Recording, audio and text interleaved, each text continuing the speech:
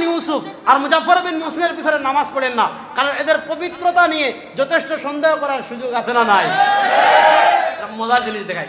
এখন লা ইলাহা ইল্লাল্লাহ মুহাম্মাদুর রাসূলুল্লাহ এটারে শিরিক বলে না, এখন কিকে শিরিক বলে বলবো একটু দেখাই। এই মসজিদে আছে কিনা, যে আমাদের বিভিন্ন মসজিদে দেখবেন, বিভিন্ন মসজিদে দেখবেন যে এই খুঁটিতে লেখে আল্লাহ, এই খুঁটিতে লেখে কি লেখে না। এখন বলে কি এইভাবে আল্লাহ মোহাম্মদ লেখা শিরিক, এইভাবে আল্লাহ মোহাম্মদ লেখা কি শিরিক। কেন শিরিক একটু দেখাই, একটু সময় দেন।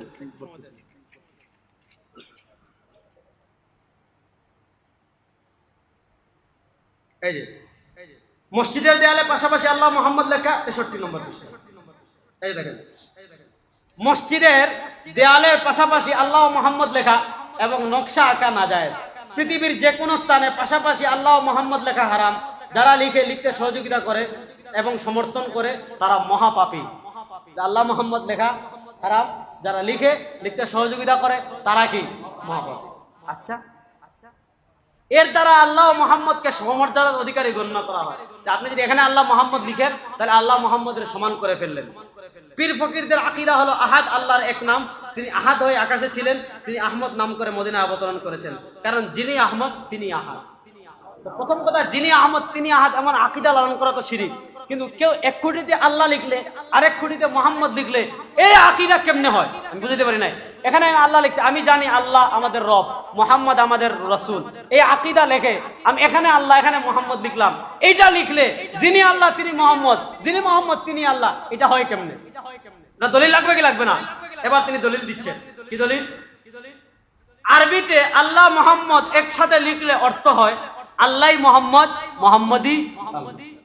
আরবিতে যদি আপনি আল্লাহ লিখেন মোহাম্মদ লিখেন তাহলে অর্থ হবে আল্লাহ মোহাম্মদ, মোহাম্মদী। বা একটা কলম দেন তো আমারে, একটা কলম দেন। আরবিতে পাশাপাশি আল্লাহ মোহাম্মদ লিখলে অর্থ হয় আল্লাহ মোহাম্মদ, মোহাম্মদী আল্লাহ। আমি আব্দুর রাজ্জাক মিসার যুক্তি কিছু সময়ের জন্য মেনে নিলাম। আমি এখানে আরবিতে লিখলাম আব্দুর রাজ্জাক বিন ইউসুফ, ঠিক আছে। এই পাশে লিখলাম মনে করেন আবু জেহেল, ঠিক আছে না? এখন আল্লাহ মোহাম্মদ একসাথে লিখলে অর্থ হয় আল্লাহ মোহাম্মদ, মোহাম্মদী। তাহলে এখানে অর্থ হবে আব্দুর রাজ্জাক বিন ইউসুফ আবু জেহেল, আর আবু জেহেল আব্দুর রাজ্জাক বিন ইউসুফ, ঠিক না? আল্লাহ মোহাম্মদ, শুনেন, আল্লাহ মোহাম্মদ একসাথে লিখলে আল্লাহ মোহাম্মদ, মোহাম্মদী আল্লাহ। তা আব্দুর রাজ্জাক বিন ইউসুফ আর আবু জেহেল একসাথে লিখলে আব্দুর রাজ্জাক বিন ইউসুফ আবু জেহেল, আর আবু জেহেলই কি? তো যেই দলিলে আবু জেহেল আর আব্দুর রাজ্জাক বিন ইউসুফ এক হয় না, ওই একই দলিলে আল্লাহ মোহাম্মদ এক হয় না।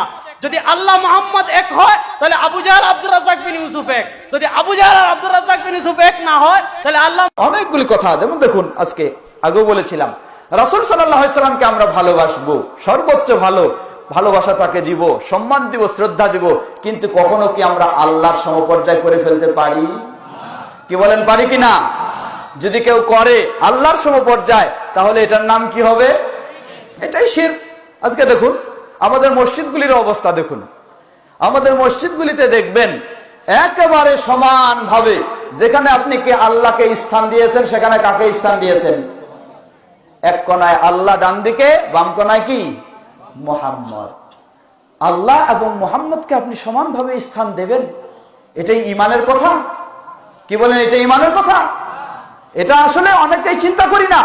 অনেকে মনে করছে যে আল্লাহকে তো শ্রদ্ধা দিচ্ছি, উপরে রাখলাম, তাহলে মুহাম্মদ সাল্লাল্লাহু আলাইহি সাল্লামকে সবচেয়ে ভালোবাসতে হবে, সম্মান দিতে হবে, তাহলে তাকে উপরে রাখলাম। কিন্তু রাখলেন উপরে, ঠিকই রাখবেন, শ্রদ্ধা দিবেন অবশ্যই, কিন্তু কখনো আল্লাহর সমপর্যায়ে নিয়ে যেতে পারবেন না। আপনার গাড়িতে বলেন, আপনার বাড়িতে বলেন, আপনার মসজিদে বলেন, হয়তো কেউ বলবে যে লা ইলাহা ইল্লাল্লাহ মুহাম্মাদুর রাসূলুল্লাহ, সেখানে তো আল্লাহ মুহাম্মদ সব শব্দগুলি একসাথে রয়েছে, তাহলে সেটাও কি শিরক? জবাব না, সেটা কখনো শিরক নয়। কারণ লা ইলাহা ইল্লাল্লাহ মুহাম্মাদুর রাসূলুল্লাহ বা আশহাদু আল্লা ইলাহা ইল্লাল্লাহ ওয়া আশহাদু আন্না মুহাম্মাদুর রাসূলুল্লাহ এইভাবে যদি একই লাইনেও লেখা থাকে, কোথাও উপরেও থাকে, তাহলে সেটা অর্থগত দিক দিয়েও কেউ কখনো মুহাম্মদকে আল্লাহর সমপর্যায়ে মনে করবে, অর্থগত দিক দিয়েও মনে করবে না, বাহ্যিক ভাবেও কেউ কখনো মনে করবে না। আর আপনি যখন আল্লাহ এবং মুহাম্মদকে সমান স্তরে রাখলেন, শুধু নামটি, আল্লাহ নামটি এবং মুহাম্মদ নামটি, তাহলে এটি অর্থগত দিক দিয়েও বোঝা যায় সমান পর্যায়ে এবং বাহ্যিক ভাবেও বোঝা যায় কি সমান পর্যায়ে। এটাও হলো এক প্রকার শিরক। সুতরাং মুহাম্মদ সাল্লাল্লাহু আলাইহি ওয়াসাল্লামকে অবশ্যই ভালোবাসবো, সর্বোচ্চ সম্মান দেব, কিন্তু আল্লাহর পর্যায়ে নয়, মানুষের মাঝে সর্বোচ্চ সম্মান দেব। সম্মানিত দিনী ভাইয়েরা আমার,